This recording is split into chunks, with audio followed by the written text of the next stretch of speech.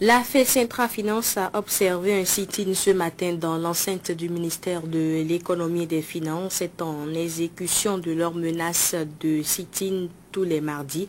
Menace proférée pour mettre la pression sur les autorités béninoises en vue de retrouver leur collègue Pierre Hubert Danhivo, ce cadre disparu il y a un peu plus d'1 mois.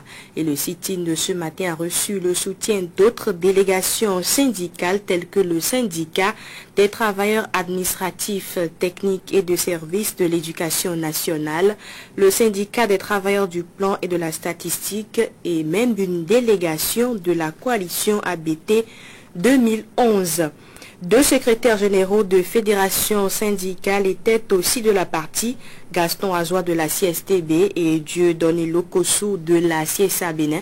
Ce fut l'occasion pour les manifestants de présenter au public le frère cadet Joachim Danhivo annoncé comme disparu depuis 15 ans par certaines langues. L'homme qui est rentré de la Côte d'Ivoire où il travaille depuis 1997 s'est prononcé au micro de Tanguy Agoyi et Elvis Tonokwe. Bon, je m'appelle effectivement Danhivo Kwasi Joseph Joachim Roch. Je suis venu à Côte d'Ivoire vers 96. J'étais d'abord pour le 89. Allô? Oui, on vous écoute, allez-y. J'étais d'abord de 89 à Lyon. J'étais rentré en Bénin, j'ai travaillé un peu dans une aviation. Et puis après, avec 97, j'étais retourné à Côte d'Ivoire. Le 97, en 2002, j'ai travaillé dans une société qui, malheureusement, a fermé les portes.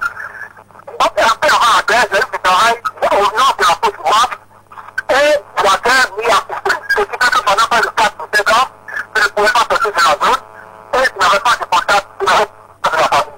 Mais dès que j'ai pu sortir de la zone, il n'y a pas de jour, je n'appelle pas au Bénin.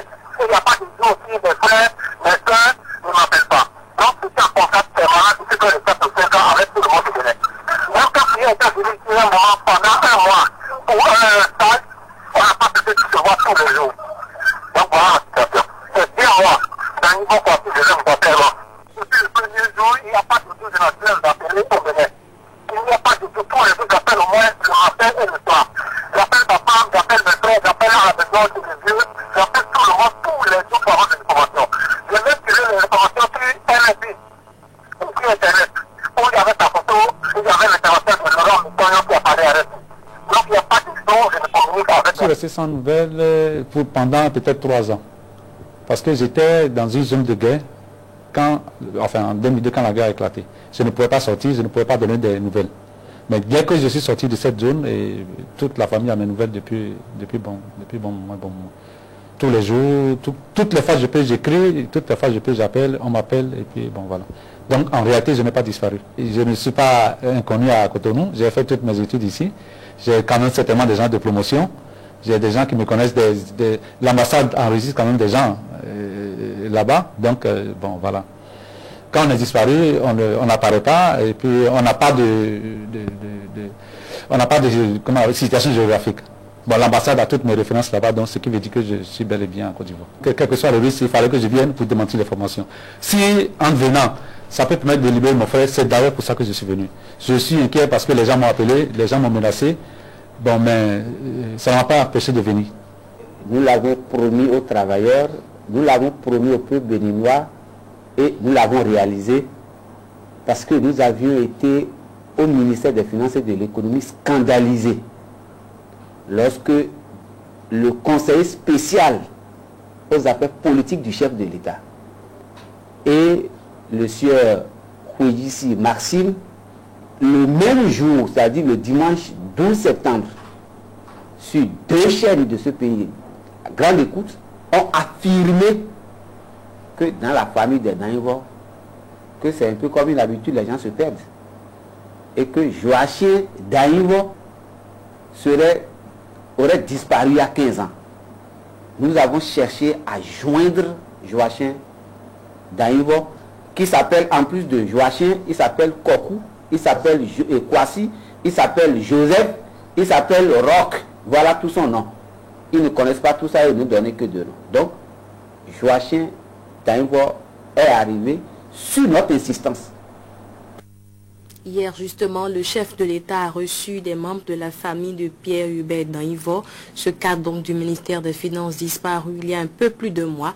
Ensemble, la famille, le médiateur de la République Albert Tevoedre et le président Boni Yayi ont fait le point des actions déjà menées pour retrouver le porté disparu. Suivant sa sœur Anabaï Danhivo.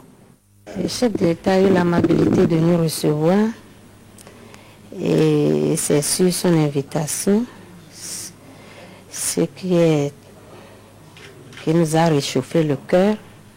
Nous y étions avec le médiateur de la République qui avait été saisi du dossier.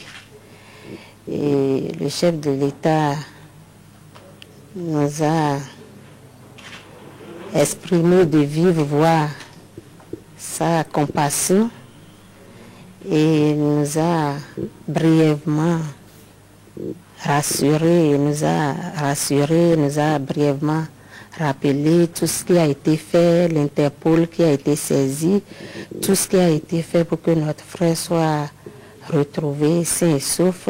Nous lui en sommes reconnaissants de s'être penché véritablement sur ce problème qui nous préoccupe tous. Et au nom de toute la famille, nous l'en remercions. Et nous avons aussi foi que nos prières et nos vœux seront exaucés et que notre frère sera retrouvé sain et sauf. Cela va de soi que nous sommes inquiets, tout comme nos amis, et certainement que nous en comptons parmi vous, tout comme nos amis, je crois que toute la population est solidaire de la recherche de notre frère. Donc nous invitons tous qui auraient des informations à nous les livrer ou à livrer ça à la police. L'état d'âme, vous savez, on est stressé, vous ne me trouvez pas fatigué. Nous avons perdu le sommeil. Mais nous prions, nous ne pouvons que prier et solliciter l'aide de tous. Nous sollicitons l'aide de tous pour que les informations nous parviennent. Ne dit-on pas chez nous que lorsque la maison du voisin prend feu, qu'on ne lui aide pas à l'éteindre, qu'on est surpris de retrouver le feu dans sa propre chambre? Donc c'est pour cela que nous sommes tous solidaires. Je sais, nous comptons sur la solidarité de tous, sans passion.